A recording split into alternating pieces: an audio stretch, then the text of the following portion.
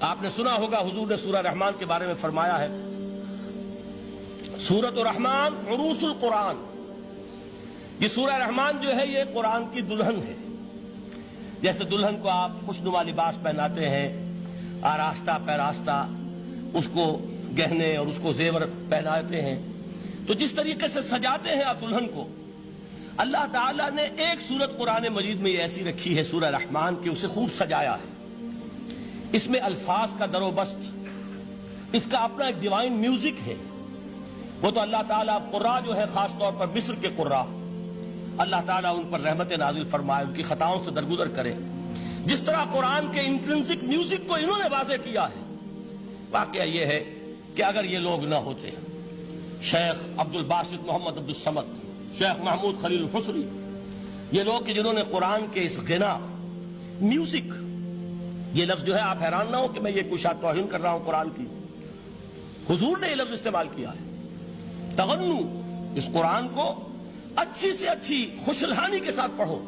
من لم یتغن بالقرآن فلیس منا، جو قرآن کو بہتر سے بہتر انداز میں، اچھی سے اچھی آواز میں، خوشلہانی کے ساتھ پڑھنے کی کوشش نہیں کرتا، وہ ہم میں سے نہیں ہے. بلکہ ایک مرتبہ حضور رات کے وقت آپ گشت پر تھے اپنے ساتھیوں کے حالات معلوم کرنے کے لیے. حضرت ابو موسیٰ اشعری رضی اللہ تعالیٰ عنہ ایک صحابی ہیں، ان کے گھر کے پاس سے گزر ہوا، وہ رات کو تہجد پڑھ رہے تھے، کھڑے ہوئے کیف کے عالم میں قرآن تلاوت کر رہے ہیں. حضور کو بہت پسند آئی ان کی قرآت، کافی دیر تک وہاں کھڑے سنتے رہے. اب انہیں کیا پتا کون سن رہا ہے. بالکل اسی طرح سمجھ لیجئے ایک بات یاد آئی ہے. حضور فرماتے ہیں کہ جس طرح کان لگا کر اللہ قرآن کو سنتا ہے، کسی چیز کو نہیں سنتا. ہمیں نظر نہیں آتا نا، ہمیں معلوم نہیں. ہم قرآن پڑھ رہے ہیں تو سننے والا کون ہے؟ سب سے زیادہ کان لگا کر خود اللہ. یہاں اس لیے مجھے یاد آیا کہ ابو موسیٰ اشعری کو کیا پتا تھا کہ کون سن رہا ہے. وہ اپنی کیفیت میں نماز میں تہجد میں قرآن کی تلاوت کر رہے تھے، اور ظاہر بات ہے ان کے گھر ایکڑوں میں بنے ہوئے نہیں تھے، ایک ایک کمرہ، ایک ایک کوئی حجرہ، ایسے ہی تو گھر تھے نا صحابہ کے. لہذا حضور پاس سے گزرے، آواز آئی، کافی دیر سنتے رہے. اس کے بعد آپ تشریف لے گئے، صبح فجر میں ملاقات ہوئی تو حضور نے تحسین کے انداز میں فرمایا، یا ابا موسیٰ انک قد اوتیت مزمارا من مزامیر آل داؤد. اے ابو موسیٰ، تمہیں تو آل داؤد کے سازوں میں سے ایک ساز اللہ نے عطا فرما دیا ہے. جس طرح حضرت داؤد، لہن داؤدی مشہور ہے کہ جب وہ پچھلے پہر رات کو حمد کے ترانے الاپتے تھے، قرآن میں ہے کہ پرندے شامل ہو جاتے تھے ساتھ، اور پہاڑ وجد میں آتے تھے، پہاڑ بھی ان کے ساتھ شریک ہوتے تھے. تو جس طرح کا اللہ نے ان کو لہن عطا فرمایا تھا، حضور نے تحسین کے انداز میں فرمایا، اے ابو موسیٰ اشعری، اللہ نے تمہیں بھی آل داؤد کے سازوں میں سے ایک ساز عطا فرمایا. بہرحال قرآن مجید کا جو یہ میوزک ہے، قرآن کے الفاظ کا جو حسن ہے، جہاں تک حسن معنوی ہے وہ تو ہر لفظ میں ہے، لیکن یہ حسن ظاہری، حسن صوتی، حسن لفظی، یہ اپنے کلائمیکس پر آپ کو نظر آئے گا سورہ رحمان میں. لیکن قرآن میں یہ سورت اس اعتبار سے بھی ممتاز ہے، اس کی 4 آیات پر ذرا توجہ کریں گے، عجیب حقائق سامنے آئیں گے. جہاں یہ قرآن مجید کے حسن صوت اور حسن لفظی کی معراج ہے، وہیں اس کی پہلی 4 آیات میں 4 چوٹی کی چیزوں کا ذکر ہے، سب سے اونچی چیزیں. پہلی آیت کیا ہے؟ الرحمن.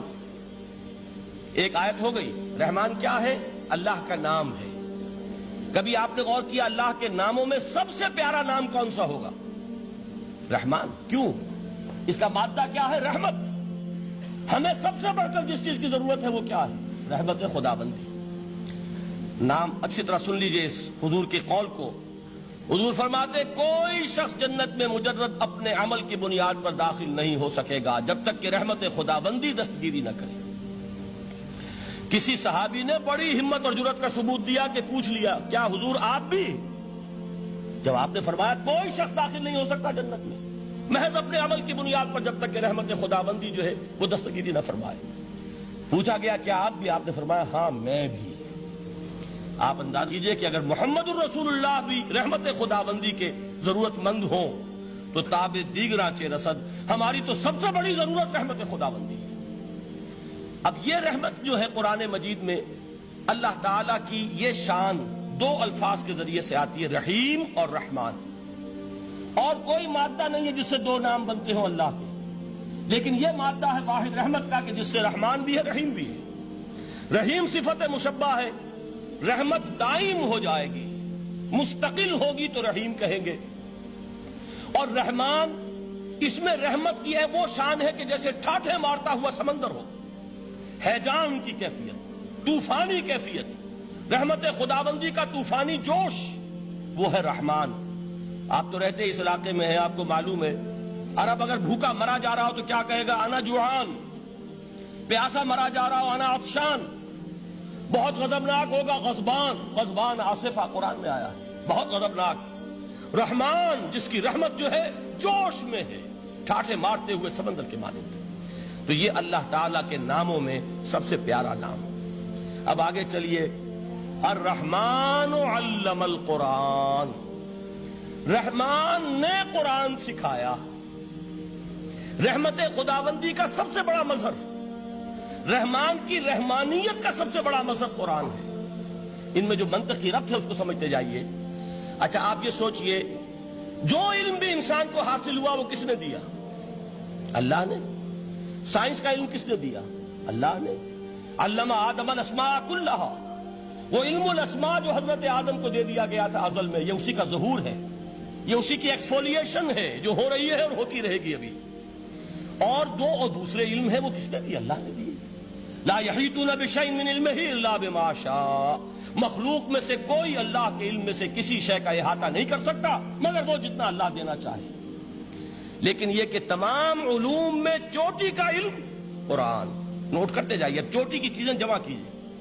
اللہ کے ناموں میں چوٹی کا نام رحمان، اللہ نے جو کچھ انسان کو سکھایا اس میں چوٹی کا علم قرآن۔ خلق الانسان، انسان کو پیدا فرمایا۔ سوال یہ کہ حیوانات کو کس نے پیدا فرمایا؟ آسمان کس نے پیدا کیے؟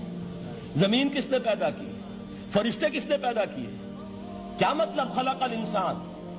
اس کی تمام مخلوقات میں اس کا کلائمیکس، اس کی تخلیق کی معراج، اس کے تخلیق کا نقطہ عروج انسان ہے۔